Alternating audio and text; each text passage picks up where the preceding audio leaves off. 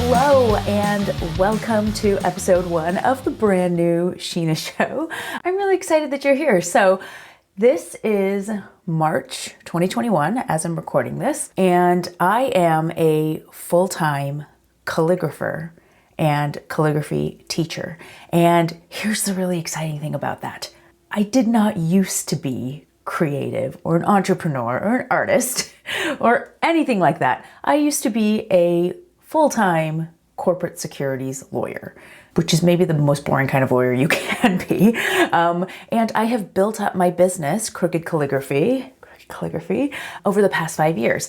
That's what my whole life led me to, is this career in corporate law, thinking that that's what I had to do, thinking that I was stuck there.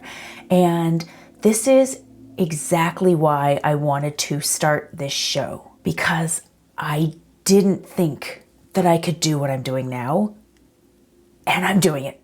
So that meant I had to veer completely off of that corporate path, completely off of that path that I thought I had to be on for my entire life. And here's the really cool thing. It means that you could do that too.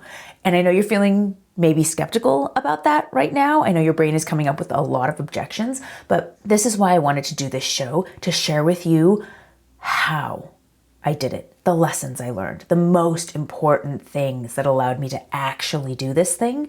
And I'm going to start off this very first episode just painting a picture of a day, a typical day for me in 2012, back when I was a corporate lawyer, and versus now, 2021, when I am a full-time creative business owner. See what I did there? 2012, 2021, the last two numbers are flipped. It's kind of poetic, right?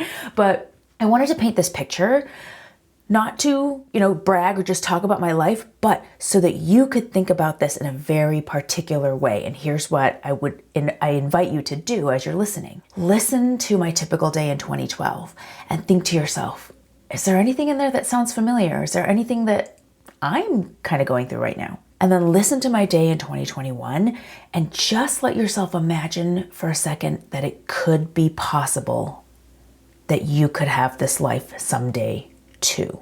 So just kind of keep that in mind and let's dive right in. Okay, so my typical day in 2012, working in a big corporate law firm, I would usually get ripped out of my sleep by my alarm. I had one of those old-fashioned alarms. I had probably set my alarm early the night before because I had vowed to myself that I was going to exercise that morning. So that's how I would wake up. Before I would even get out of bed, I would roll over, grab my phone, check my email. I'd usually get at least 1 or 2 semi-urgent requests or emails that made my work stress level kind of bubble back up, simmer back up. I don't know if you've felt that, where it's just kind of this low underlying stress all the time of, okay, what's going to happen now? Maybe I make myself exercise, really force myself to put on my shoes and all of that and exercise. Probably I'd skip it and then just beat myself up for that for the rest of the day. Grab breakfast really quick, or maybe even skip breakfast, drive into the office thinking, is this really it? Is this going to be the rest of my life? But then I get to the office and that thought is interrupted by my just massive to-do list. So I kind of dive into that. I remember feeling hungry every 2 hours at least because I was bored and looking for a distraction. I remember every time there was a knock on my door, on my office door, or a call, the first thing I would think was, oh no, because usually it meant more work or more complication or more pressure or more stress on me. I would, for lunch, grab a salad downstairs, bring it back up to my office, eat it at my desk, maybe do some procrastinating and online shopping in the afternoon. I used to spend hundreds of dollars a week doing that, distracting myself. Definitely order dinner in, eat that at my desk, maybe get home, end the day at 8, but probably push on to the next thing in my to-do list, even though I was tired, so I could kind of like get ahead the next day, and then get home by 9, watch a little TV, crash, and then repeat it all the next day.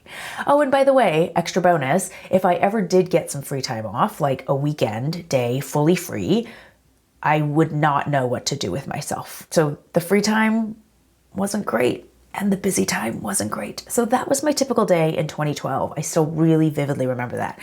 Okay, so now I'm going to switch over to my typical day in 2021.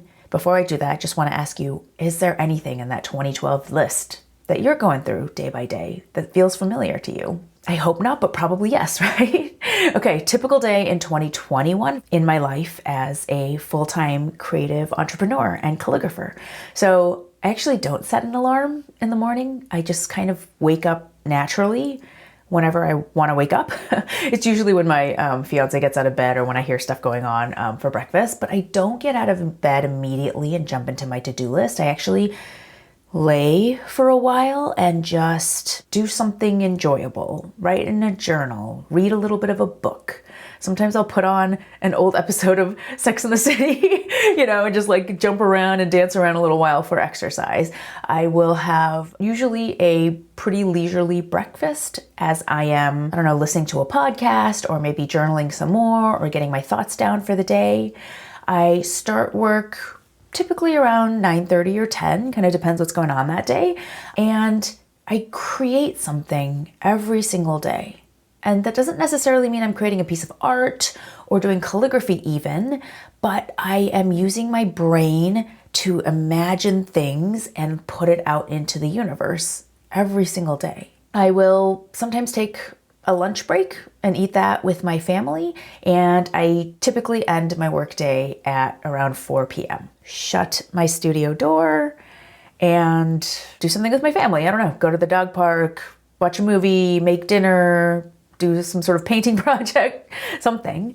I'm doing all of this in my cozy, light-filled, beautiful, I never thought I would be able to have this home that I bought with the money I made from my business here in Long Beach, California. We're still at the tail end of the pandemic as I'm recording this. I don't know when you're listening to this or watching this, but before the pandemic, sometimes I'd just end the day early and we'd all go to Disneyland.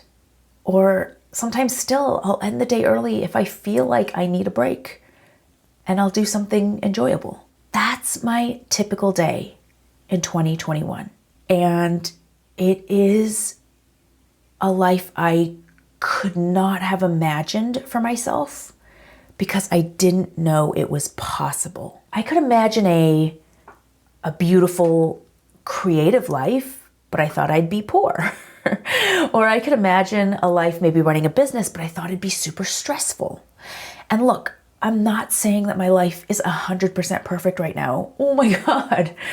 Far from it. Still got my stress, still got my anxiety, still got my overthinking. There's still problems in every single day. But it's so much more.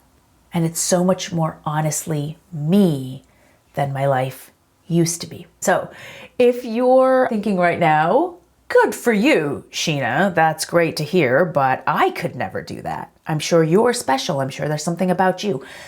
I know that there are objections running around inside your brain right now about all the reasons why this could never work out for you. And I'm just telling you, I had those exact same objections myself when I first started out on this journey.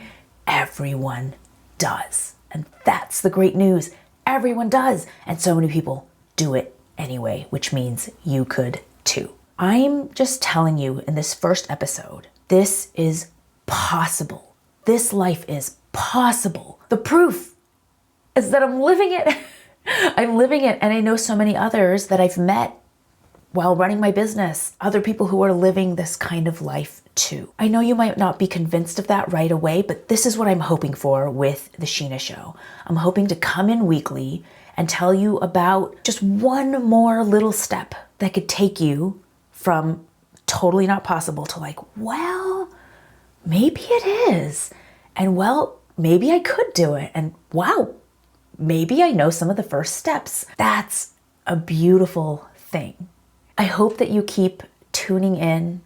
I hope that I can continue to share with you what I have learned doing this for myself so that you feel like you can do it too and you don't have to do it alone. Next week, I'm going to come back and talk more specifically in detail about how I was able to do this, how I was able to quit my corporate law job that paid me a lot of money, but I also had a lot of debt, and build into doing something I never thought that I would be doing ever in my wildest dreams. So I hope you'll tune in next week to that episode. And until then, stay on that crooked creative path.